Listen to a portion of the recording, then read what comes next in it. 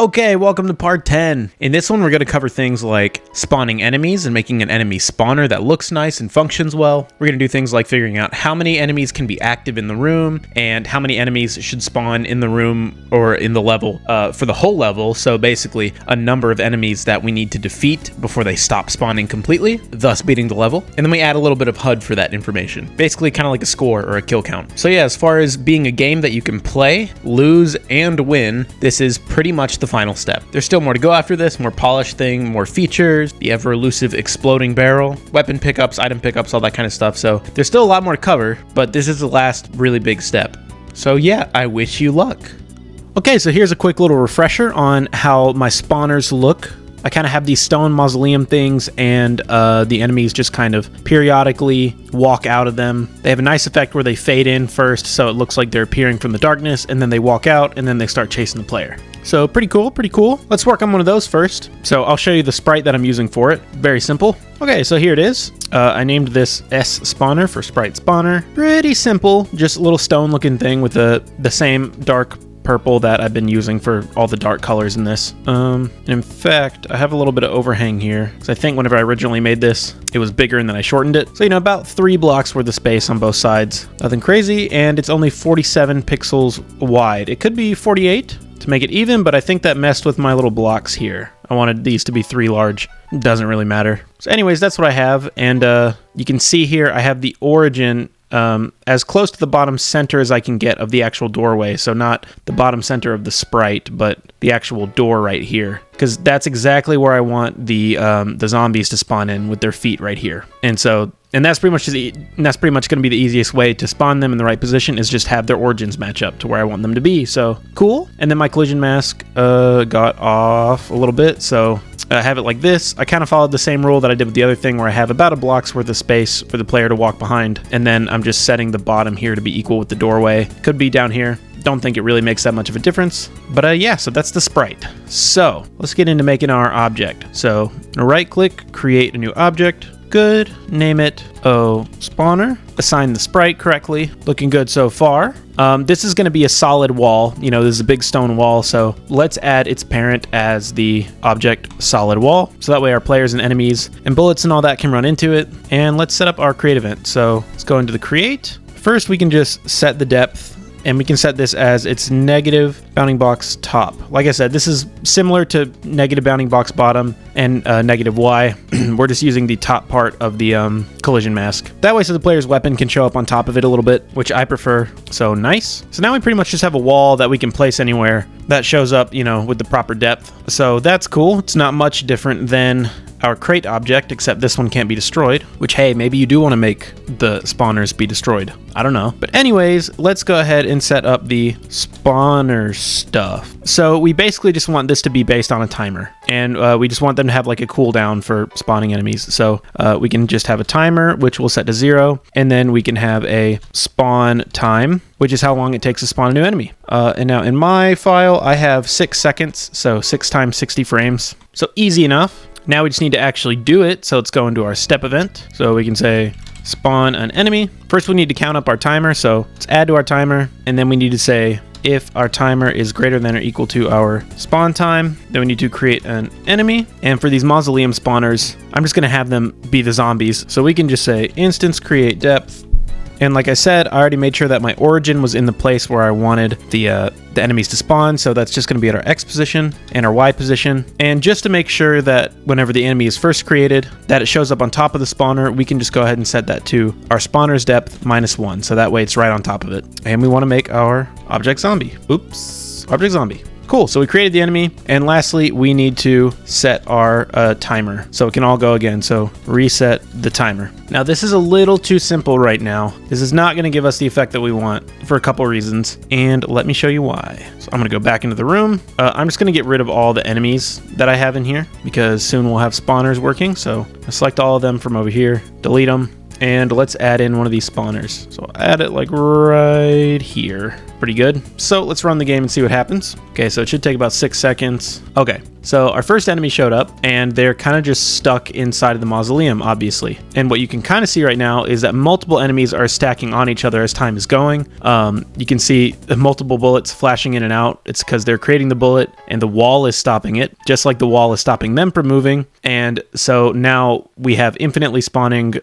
enemies on top of each other that can't do anything or can't get out. So 2 major issues right there. Number 1, the enemies immediately get stuck in this because it's technically a wall. See, I'm running into it, so that's why the enemy is getting stuck in the first place. And the second problem is, even once we fix that, we probably don't want the enemies to be able to spawn in on top of each other because they'll get hung up because they collide with each other. So first, let's solve the issue of the enemy being stuck in the wall. And that shouldn't be too hard of an issue to fix because inside of our object zombie, we can go into our step event for our object zombie, we have a state machine, which means that we can add new states for the zombie to be doing. So we have a chasing state where we chase the player, and I'm going to turn this into a region just so I can minimize it. So we have this state here where we can chase the player, and we have this other state where we pause, get a bullet, shoot it at the player, and then go back to our chasing.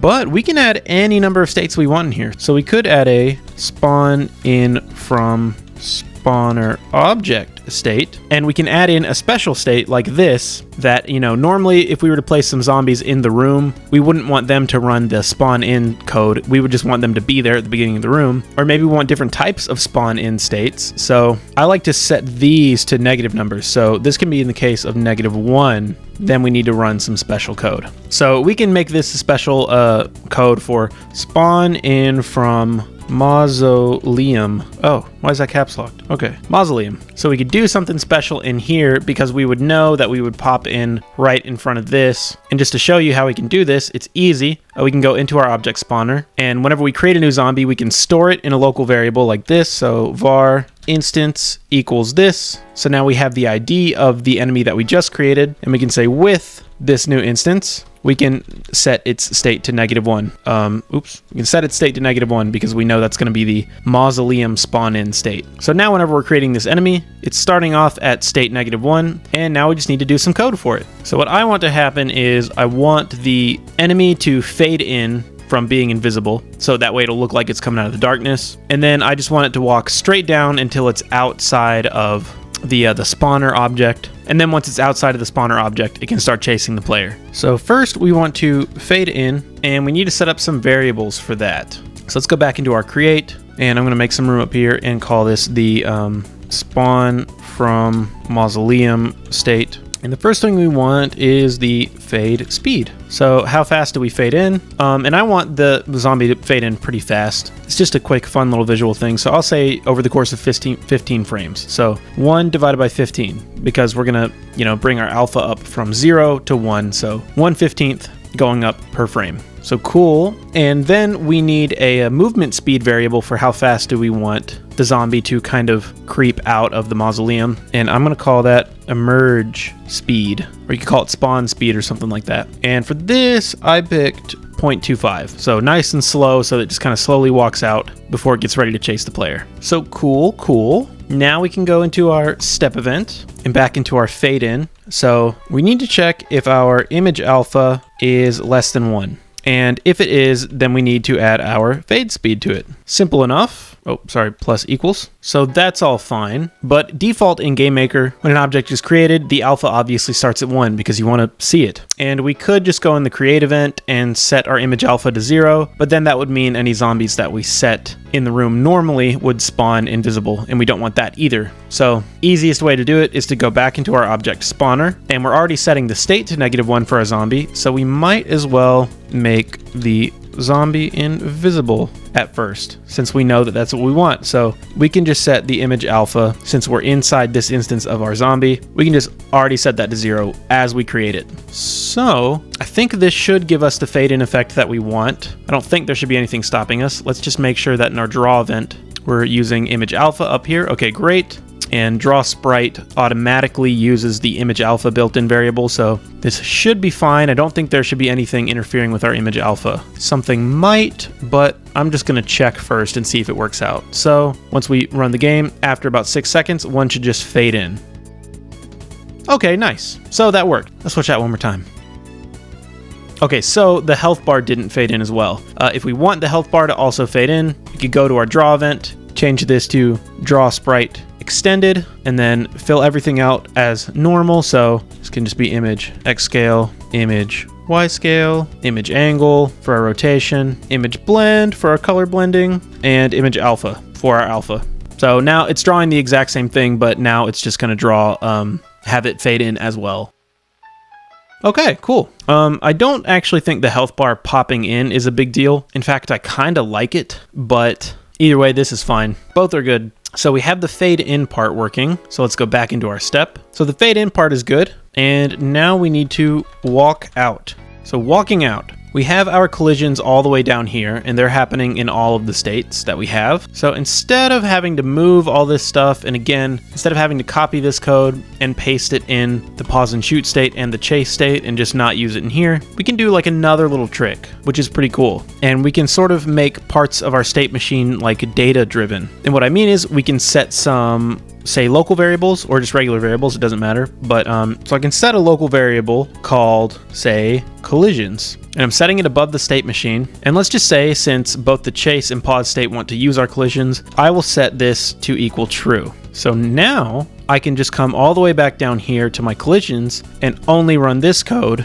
if collisions is equal to true. So what this means is if in any of these states I were to put in the line collisions equals false right here, for example, now if we are in state -1, which is the spawning state, we get down here, collisions equals false, and so by the time we get down to the actual collisions, this variable is false, and so we don't run them. It's a very simple, very easy method of sort of doing commands for your code. So I'm going to call this code commands because, you know, who knows, you could add more. I think it's the only one that we're going to need to do, but you could do this for anything. So oh, actually, you know what? No, we are going to do it for one more thing. And let's just go ahead and do it since we're talking about this. So when we're in our spawning state and our enemy is inside this wall and it's slowly walking out, something we probably don't want to let the player be able to do is to just stand in front of one of these openings and just continuously shoot bullets and kill the enemies while they're spawning. The enemies aren't even dangerous yet. So we could also add another code command called get damage. And once again, we can default set that to true because we normally want our enemy to take damage. There's only a couple instances where we don't want them to take damage, like say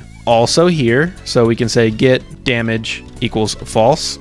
And where are we running that code in our enemy right now? Our damage code. Well, this is inherited code from our parent object. And remember, the only reason that code is running is because we're calling event inherited down here. So I could just say only if get damage is equal to true should we inherit our parent's code. So now we have it set up so in our spawning state, the enemy won't run into walls and won't take damage from the player. Easy as that. And again, we could use this method for pretty much anything else that had specific blocks of code. So now that we can walk out, we need to think about some stuff. Because the reason that the enemy was staying in place before while our image alpha was ticking up is just because that it was stuck in the wall. So if we were to run it now, then the enemy will probably walk to the right directly out of the wall. So let's see. Never mind, it doesn't. That's right, our default speed is already set at 0 in our create event right here. And our speed isn't getting set to anything else, so that doesn't really matter. Now, if you want to be safe like me, because I get worried about what my future self might recklessly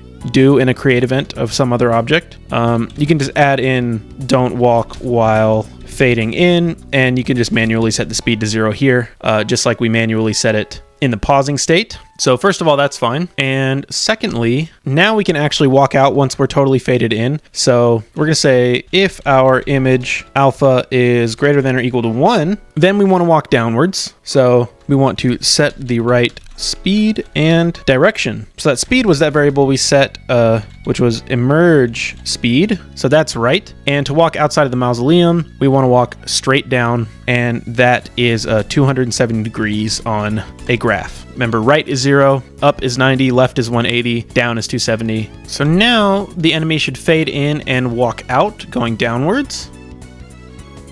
Nice. So that's working. But now we're still in our emerging state, which means that we can't hurt the enemy, and they're also not going to run into any more walls. I am not going to wait forever for him to walk through this, but you get the idea. So now we just need to say switch to the chasing state. And we only want to do that if we're not running into a wall anymore. So we can say if not place meeting X, Y, O wall. So if we're not inside a wall anymore, then we can set our state to 0, which is our chasing state. And now let's see how that works. So yeah, looking good. And we're back to our chasing state now. And so the enemy should be functioning normally. Yeah, and look at that. Another one came out. Cool, cool. Looking pretty dang good. Now the bad news is, this actually is not good. And by that I mean we have some issues that are kind of hard to see right now. So first of all, I'm going to make my walls visible again, and I'm going to show you something. So say for some circumstance, now you wouldn't want to put one of these mausoleum things against a bunch of walls like this, but I'm just going to use this as an example first. So if I run the game, and what I'm going to do is I'm going to let this space kind of fill up. It's probably only going to get a couple deep, but so there's 1 and there's 2, and that probably is already our problem. Yep. Okay. So, and the problem's going to keep going. So you see, they're still stacking. If they get stuck, they're still going to stack. And that doesn't necessarily mean that they have to be trapped between walls like this, but it could just be as that zombie's exiting, another one could just be walking by, like while chasing us or something, and they'll get stuck, and that means they'll freeze there because they're colliding with each other like this. So there's a few steps we're gonna have to take. Where am I going? Okay, so I'm back in the zombies step event in the spawn in state, and there's gonna be a few things that we can do to kind of combat this. Now, first of all, we could add a check and say, okay, we also don't need to switch our states until we're not running into another enemy, right? So object enemy parent. Let's see what this does. It'll help out a little bit. So we got our first guy coming down. Our second guy is going to keep going and keep going and keep going until it's all the way out here. So we are solving the problem. One issue is that now, because this entire stretch right here is covered with an enemy and a wall, then that means that the enemy is going to keep colliding with them and keep moving until it's not. So this did solve the issue a little bit. This isn't a bad check to have in place. And, you know, in this scenario, it's really not that big of a deal. Because again, you wouldn't really have walls probably this close to your spawner. But what if, per se, your spawner was like up here and your player was down here? So it's going to be kind of hard to see, but no, okay, there we go. So yeah, this is going to keep spawning like we normally do. And my enemy is coming straight down because it's trying to get to the player. My next enemy is coming straight down because it's trying to get to the player. And now this enemy is going to walk all the way through this wall because it's still in the emerging mode. And the enemy walking all the way across the water is definitely not something that you want. And this placement of this mausoleum is, and see, look at that guy even down there when I was all the way up here. So this placement of this mausoleum is a lot more reasonable, where it's like, okay, you might want to have one near a wall like this. So what are some ways that we can help this? Well, another one would be to tell the mausoleum, okay, if there's an enemy like right in front of you, don't spawn in a new zombie, right? So let's try that out. I'm gonna get rid of these, hide these again, and let's go into that spawner object, and we can say only spawn an enemy if our timer is past the spawning time, and if not, place meeting an enemy below us. So that would be our X position and some space under our Y. So it would be our Y position and plus a little bit of a buffer. So I'll say, you know, maybe plus 16. We'll say like a grid space below. And that's checking with object zombie. And so now, as long as there is a zombie in about this area, because remember, place meeting checks the whole collision mask, which for this mausoleum is pretty much the whole thing. So it's scooting the collision mask down and saying, okay,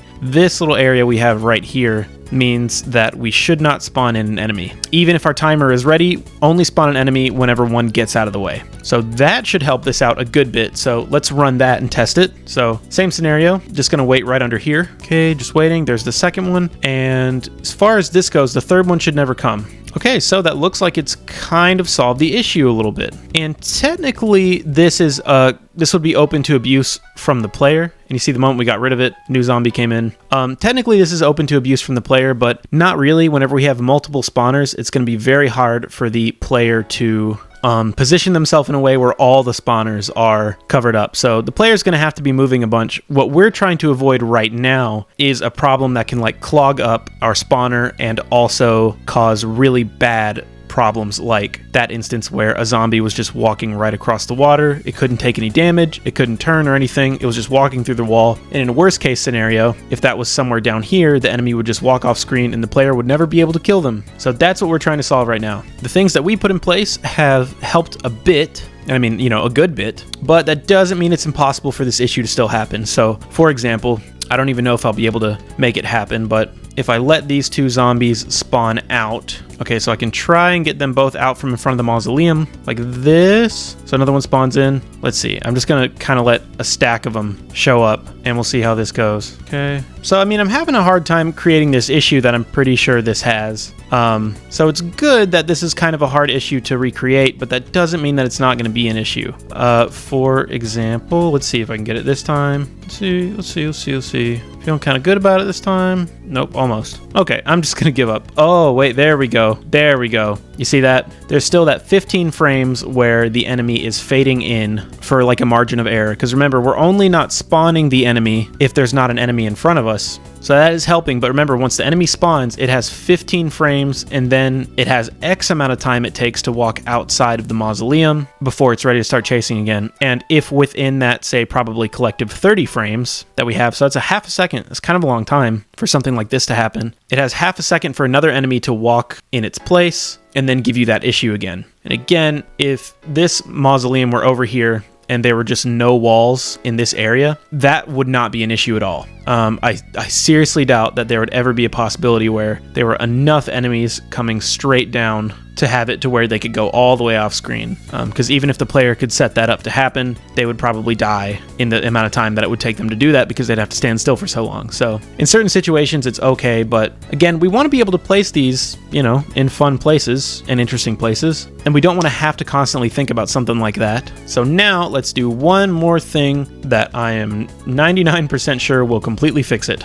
So I say we go back into our zombie object, and this will be cool. So we have two types of collisions, not over here, but down here. We have collisions with the wall objects, and we have collisions with other enemies. Now, really, the only collision that we want to turn off up here is just the collisions with our walls, right? We only want the enemy to be able to just walk outside of the mausoleum. That's pretty much it. If our zombie was still colliding with other zombies, then it would only walk outside of the mausoleum once the group in front of it has moved away, which means that the zombies will never overlap with each other, because even in that 30 frame time window where it has where they could potentially interlap with each other, it doesn't matter because the enemy walking out, if an enemy does get in its way, it'll just wait.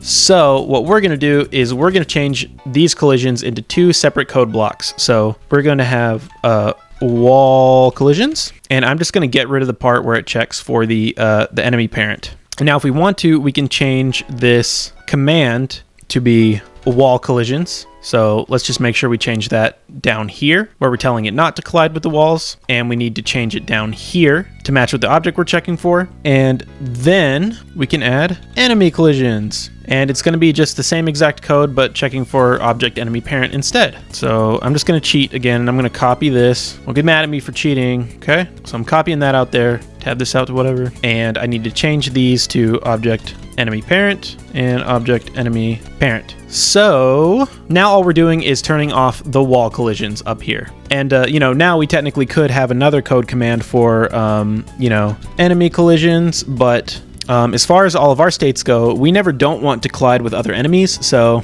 that's not really a big deal. If you'd want to add it for some reason, then you could, just in the same way that we added these, but now we will only walk out until we're not touching the mausoleum wall anymore, or any object walls, but object walls are easy to avoid because the only rule would be just don't place like a crate directly in front of the mausoleum, or don't place the mausoleum like this, because it won't work. That's just common sense.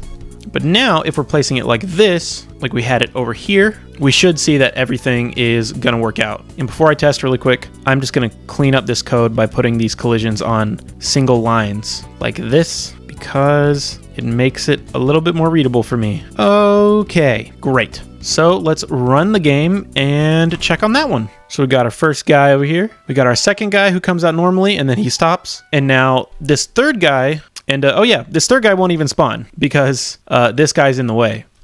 So to be honest, that code, the code inside of the spawner object, it technically doesn't even need to check for if zombies are in the way anymore. because now the zombies themselves are basically going to clean all this up. So we can get rid of that check right here and press play. So if I check up again, first guy, second guy, and what third guy should do is, there, see, he walks out and he just can't go any further because there's an enemy in his way, and no enemies should be spawning behind him. And okay, yeah, we actually do need that code. I was wrong. These two guys spawned on top of each other. That's right, I'm being stupid. Sorry, I mostly just wanted to show it off. So, okay, hold on, back to my mausoleum. I'm gonna add this code back in, but you saw that the one guy wouldn't run into the other guy, okay? But if you still wanted an enemy to like pop up and then kind of get crowded with the rest of the enemies still, really all we need to make sure is just that we're not running into a zombie currently, that the zombie is not on top of the mausoleum, because otherwise the mausoleum technically has space to spawn it. So we can run that again like this and test it. Okay, there comes guy number 3, and he took like a single little step out, but he's still running into the mausoleum. So that means that the 4th guy should never come as long as we're staying like this way. And now if I were to move out of the way and those 2 guys moved out of the way, this guy would continue walking out until he was ready to chase me, and then a 4th guy should spawn like immediately. Yeah, so cool. So now it's all working fine. So that's pretty good. But if we did want to talk about pieces of code that aren't necessary anymore, we can go back into our object zombie one more time and go up into our spawn in state. And now, because we are always colliding with object enemy parent, we're never going to be touching object enemy parent at all in this state, because we can't, because we have collisions with them. So this line is actually unnecessary. So we don't need to do another collision check for no reason. I'm gonna make this more specific. Collision after out of spawner wall.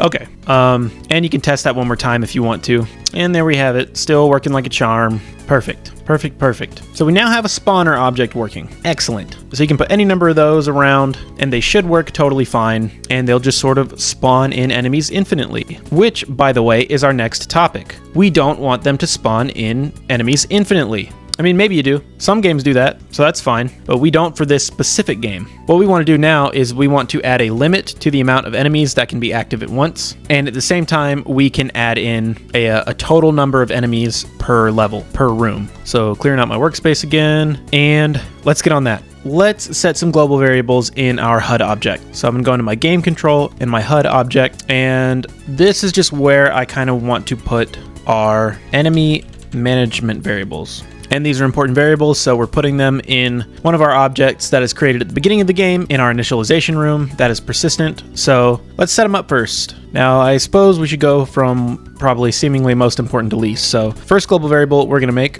enemy room max. So this is going to be the maximum enemies that will be allowed in a room total, not at once, but the total. So for this first level, I'll just say 100. So we want all the spawners and all that stuff to stop spawning enemies after 100 have been in the room. So that's our first one. Our second one is going to be our global.active enemy max. And this is how we're going to limit how many active enemies we can have at a time. Because we probably don't want the player to have to deal with 100 at once, but maybe we want them to deal with like 40 at once. And so this also tells the spawners, okay, we don't want to spawn any more enemies if there is 40 or more enemies already. So those are good. Our active enemy max is going to be easy to check because we're just going to have to check for how many instances of our enemies already exist, but the enemy room maximum is also going to count enemies that have already been destroyed. So we're going to have to keep tally of the number of enemies that have been spawned.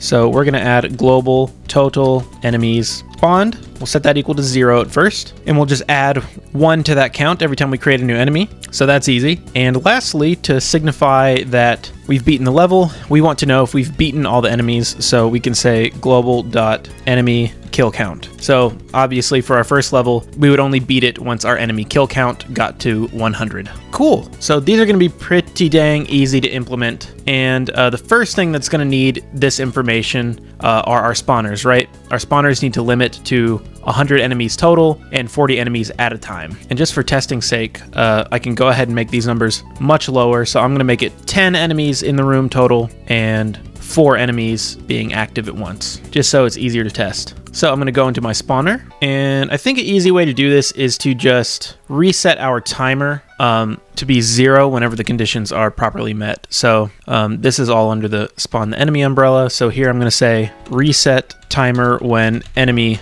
limits have been reached. So first we want to check the number of enemies, right? So we can say if the instance number of our enemy parent object, so object enemy parent, we're going to say if that's greater than or equal to our global dot active enemy maximum, then we'll just force the timer to be 0, which means that it will never spawn another enemy until, of course, this statement is false, and then the timer can start ticking up again. So that's a pretty easy way to do it. And first we can try that out. So remember to set active enemy max to something pretty low. I set it to 4 just for ease. And I'm going to go in my room and I'm just going to add a couple more spawners so we can get everything going a little bit faster. So now we have 3 that are active, and in about 6 seconds, only 1 more should spawn. There we go. See, just 1 more spawned out of here, and now nothing's going to spawn out of these. So, okay, so I got rid of some enemies, and yet, see, 3 more spawn, and the 4th one does, and so I'm going to get rid of these 2, and there we go, 2 more spawn. So that code is very easy, very simple, and it's working fine, and so you would just need to make sure that anytime you made any kind of spawning object, you checked the enemy parent count.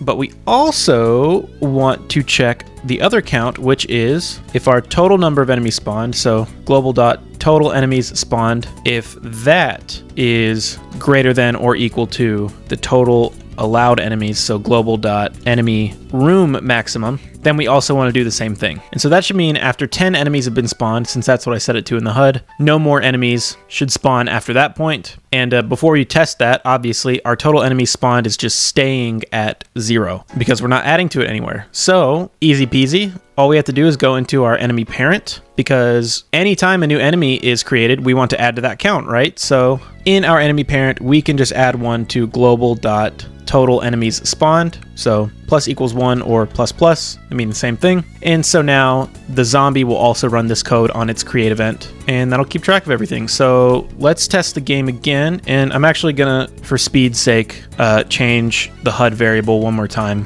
And let's say the maximum total number of enemies that we could have in room will be 6.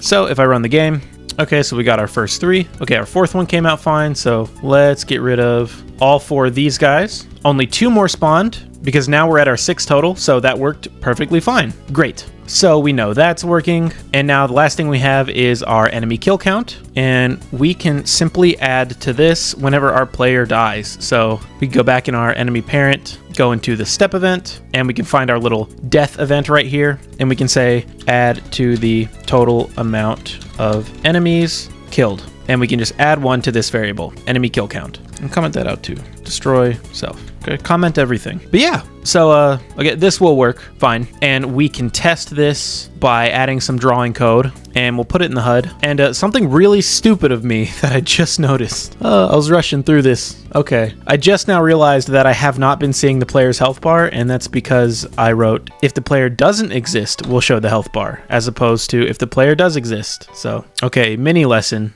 If you need to take a break, take a break. Slow and steady wins the race. Okay, it's true. Don't get wrapped up in going the speed of a hedgehog, or you'll make dumb mistakes. Like I said, I didn't even notice it. Obviously, I'm going to need to remember to go back and add a little note there that says, I'm dumb, but whatever. Okay, anyways. So, in our HUD, I can just draw the enemy kill count. And we can do that in a similar way to how we kind of did the dummy stuff for the player's HP. So first, let's figure out what string we want to draw. We can say enemy count string like that. And we'll say this is the kill count with a colon. And then we can add a string for that kill count. So global dot enemy kill count. And if we want, we can put it out of the maximum enemies that we're going to have, so global.enemy room maximum. So that's the string that we're going to need. So now we just need to draw it. So draw text, and we can draw that at the camera's X coordinate, and we can draw a little bit farther down from the top because we don't want it to overlay with our player's HP. So we can draw it at the camera's Y coordinate plus say just 32 pixels, and then we can draw our enemy count string. So let's make sure this is all working fine. So good, it's up there, 0 out of 6. Okay. There's 1, 2, 3, and 4, 5, 6. Perfect. And now no more enemies spawn. We have a maximum for active number of enemies. Great. Easy, easy stuff. It's funny how easy that is, but how necessary those kind of rules are to making something really a game. So like I said, people like to lose and people like to win.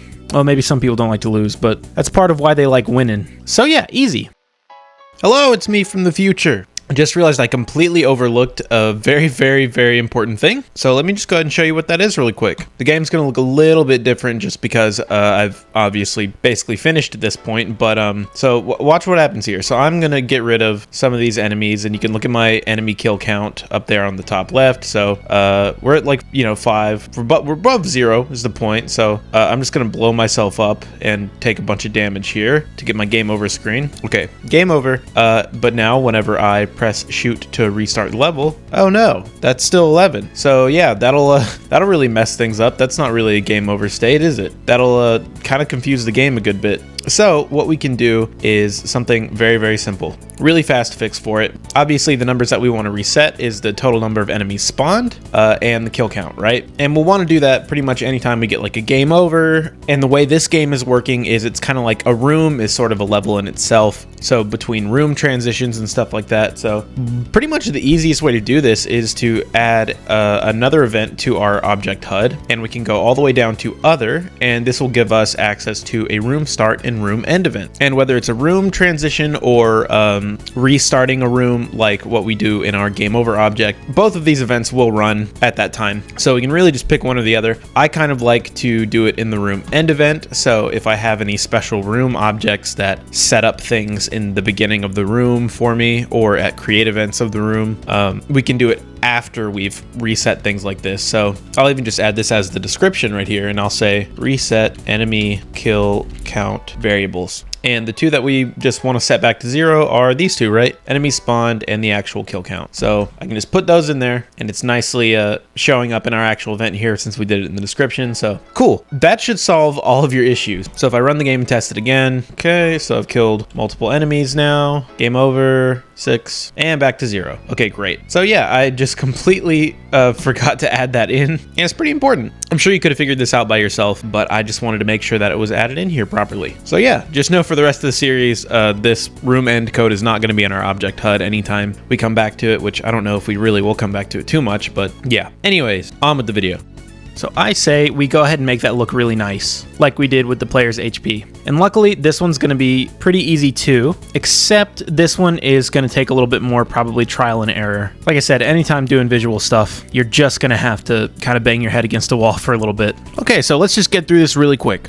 So I made a new sprite called Sprite Enemy Count HUD, and basically the reason there's this big blank spot is, as you saw in the preview, I'm going to have it kind of like this, where the numbers show up, one number shows up here, and then out of the number shows up over here. And remember that this is going to have to compensate for the size of your font. So again, it's going to take a little bit of testing. It'll be good to know about how big your font is. So just try that out and see what you get. I'm going to be using the 8-bit operator font for this little piece of information here. So I've already kind of figured all that out, and it's the size that it needs to be. So it may take you a little bit, but that's basically what we're doing first. So first thing we're going to do is we're going to draw just this in the right place on the HUD. We're going to get that right first. So I'm going to go into my HUD object. I've already taken out my old enemy kill count code, and now I'm going to draw this in. So first we want to draw the sprite. So draw sprite. I'm going to draw my sprite enemy count HUD. Okay, easy. And then for our sub image, we're going to do 0, obviously, just the first frame of that sprite. And then our X and Y.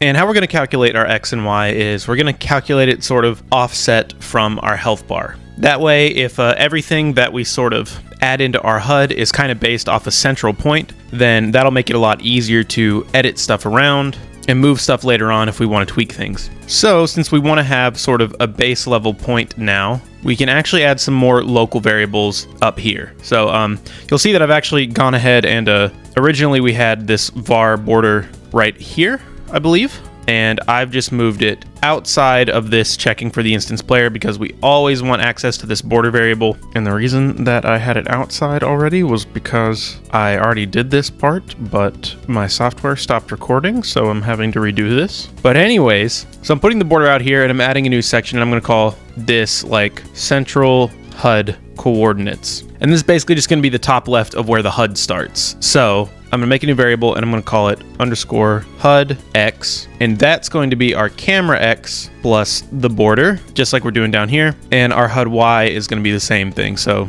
HUD Y is going to be the camera Y plus the border. And since the health bar is just going at the top left of our HUD, we can just replace that stuff down here. So that can just be HUD X and HUD Y. Now remember, we still need to keep this separation variable, but this can just be HUD X and HUD Y like that. So that'll give us the exact same results. And now down here, we can calculate our enemy count HUD X and enemy count HUD Y. So now let's set some variables, and these are local variables, so you can abbreviate them how you want. I normally abbreviate local variables to be something pretty short, so they're easier to type. So I'm gonna call this EC HUD X for enemy count HUD X. If you want to type out enemy count all the way, you can, but really we're only going to be referencing it, from here and below anyway. So I'm just going to set that to first be our regular HUD X, and same with our EC HUD Y. I'm going to set that to be HUD Y, like that. So now this is the same position that our player's HP is being drawn, and I want this count to show up right below the health bar. So we need to add another offset to scoot our Y position down. So let's go above these two and add that. And this one I will type out just because I'm only referencing it once. So I'm going to call this enemy count offset. And an easy way to calculate that pretty quickly is we know we want it to be below our health bar, right? So I could open up my health bar sprite. So I can say, okay, my health bar sprite is 20 pixels tall. So I want it to at least be 20 pixels down from where my health bar is, but I don't want these two things touching, so I want it to be a little bit more than that. So I'm just gonna say this is gonna have to be 24 pixels lower. And so now we can add that enemy count HUD offset to our enemy count HUD Y. And so then we just have to draw it at the coordinates that we have. So enemy count HUD X and enemy count HUD Y. So now if I were to run the game, this is what we would see. So it's drawn where I want it to. If it's not drawn where you want it to, you're just gonna have to change a couple variables around. As I mentioned before multiple times, that's just what you're probably gonna have to do with a lot of visual stuff like that. There aren't really a lot of surefire ways to get it unless you wanna do a lot more programming. So like if I wanted it to be farther down, I could change this to a higher number like 32, run it, and now it's got a little bit more space there. So do whatever you wanna do. I liked that 24, so I'm gonna keep that. So cool. This was, I'm going to say, draw the background / box. And now we need to draw the text. So as mentioned before we draw any text, I'm just going to set up some safety stuff. So like I said, normally our draw set horizontal alignment and vertical alignment are going to be defaulting to the top left, and anytime that we're using them and we change them to one thing, normally we're gonna try and practice changing them back to the top and left once we're done. However, we cannot trust ourselves. We are our own greatest enemy. So before I type anything, I just want to make sure that I set these up the way I want them to be, and we want them to draw like this. I want to pick this point here and it to draw this way. So downwards from this point and to the right from this point. And same with over here, it would be downwards from this point and to the right from this point. So our horizontal alignment needs to be FA left and our vertical alignment needs to be FA top. So that's important. And then we need to set the font that we want to use. So draw set font. And like I said, for this one, I'm going to use my 8-bit operator font. I already have it all measured out the right way. So nice. Now we're ready to actually draw the text. So the first piece of info we want is going to be the current enemy kill count. So let's draw our text, and we want to base this off of the enemy count HUD X, obviously, and the enemy count HUD Y. And what we want to draw is our global dot enemy kill count. So we're drawing that number, and we also need some offsets for our X and Y position. So I'm going to go back into my county HUD, and I'm just going to open up the little mock-up text that I did. And if we look down at the bottom left here, this returns, this value is the pixel value that our cursor is hanging over in our image editor. And so if I were to put this at the point that I wanted to, at the bottom left here, I can see that that's at about 20 pixels in on the X position and 4 pixels in on the Y position. Because remember, our origin is at the top left here. So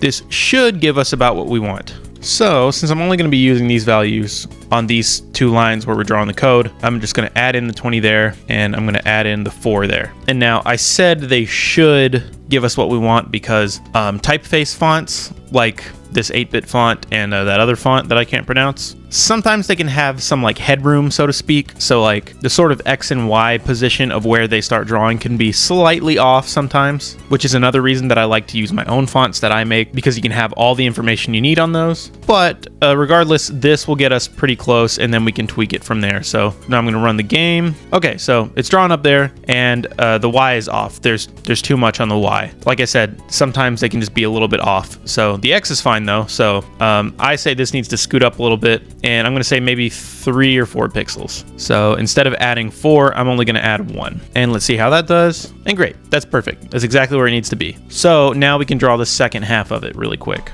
And the reason that I'm drawing this in 2 halves, so I'm drawing this part first and then I'm drawing this part second, is because I don't really want the text over here to scrunch up next to this number whenever this number is low. So if it's 0, I don't want to have this extra space. I think it looks a little bit nicer to have the extra space over here, but have the whole image kind of filled out. So anyways, so now I want to find about the halfway point of this one, because we already know that it's going to draw at the same Y position. So, you know, I don't necessarily want those out of sync with each other. So at the bottom left there, it says that's at 44. So I'm going to plug in 44 for my X value for the next string. So now we just put total enemies in level count, and I'm going to do the same thing pretty much. I'm going to do this HUD X plus 44 this time, and then I want to do the same value as the HUD Y up there, so HUD Y plus 1, and then this is actually going to be a 2-part string before I put the number in, because first I want to have the slash there, so I'm going to do a / plus the string of our global dot enemy room max. And both of these numbers I think are pretty low right now. Maybe I edited them whenever I redid it. So I'm gonna go into my HUD. Okay, so I've already changed my enemy room maximum to 100. You might want to change it to like a 3-digit number to make sure that it's all in the right place and that everything is spaced out evenly. And if you want to, you can go ahead and change your enemy kill count to 100 as well, just to get the full visual. Oh, well, looks like it's right, but I need to get rid of that layer on top of the enemy count here. Okay, there we go. Now let's test. And looking pretty good. And I can see that maybe there's slightly more space right here than there is right here. So maybe I'll scoot the left number over a pixel or 2, maybe 2 pixels. So I can go back in my draw event and I can say I wanted this one over just slightly more. Let's see if that is what I wanted. Okay, so yeah, pretty good. And one thing to note is maybe you also want to test this with not 0, not like a 100, but maybe like a number that'll fill out all the way. So in fact, maybe like a 999. So because the 1 is skinny. So okay, yeah, so that looks good with a totally filled out thing. So 3 wide numbers, so 888, whatever, something like that. That'll be a good way to test all the stuff. So cool. And if you were wondering why, even if I put my enemy kill count above the total enemy number, so if I did this and the enemies still spawn, that is because our total enemies spawned number has not changed. It's still 0. So anyways, you're never going to be setting your kill count above 0 from the beginning. There'd be no reason to do that, so that's not an issue. So yeah, that was just adding that to the HUD and making it look nice. So now if you want to play around with your game a little bit, that's great. You can play around with these numbers, like how many enemies do you want to show up in the room, and how many do you want to be active at once. So I could say like 40, and then in my room, I could put way more spawners in. Maybe drop one there, maybe drop one there, maybe have a whole dang row of them up here, something like that. Maybe just one down there. Maybe scoot these back a little bit so we have more space. Maybe one up here, you know, why not? Maybe one down here and one over here. Got a lot of these mausoleums around. And yeah, and then let's, so we don't have to wait, we can just drop in some more zombies around the place in general, making sure we don't put them in any walls. Let's get a few going. Put one out of here, like he just came out of here. He just came out of here. Actually, no, they're going to be touching that. That's not going to work. They're going to be stuck in that wall because I forgot their collision mask is pretty big. But yeah, let's, so at about this point, you can play a video game because we can also get hit and lose. I gave us a lot of health though, so that's probably not going to happen anytime soon. Yeah, look at this. Look at that. Now, there's one thing that this game is kind of missing now. I mean, it's a game, and it works. I think it's pretty fun. But something that can really elevate your games is just that little extra bit of polish and game feel. So we can talk about that stuff. Okay, so there we have it. Like I said, more things to cover, things that I think are pretty important, like in the polish department, but we have a really solid core now. So yeah, that's really all I have to say. So before I say bye, I'm just gonna thank my patrons, of course, and the special thanks goes to Nixionic, Red Dragon Redemption, Null, Joseph Sandlin, Midnight, Jerica Deloach, Mark, Aogio, Homeless Bums Ahoy, Skelenthrax, Captain Ludwig, Christian Donovan, Nick, and Crunch Sting. You guys are the best. Thank you to all my patrons. Thank you to you for watching. And like I mentioned last time, this patron list is not going to be updated if you joined since the last video. So if you did happen to do that, then and your name isn't up here, then it's because I had to record the outro for the last video, this video, and the next video all together, which is normally not what I do, but I had to this time. But if you have joined, then your name will absolutely show up in part 12. So yeah, okay, anyways, see you next time.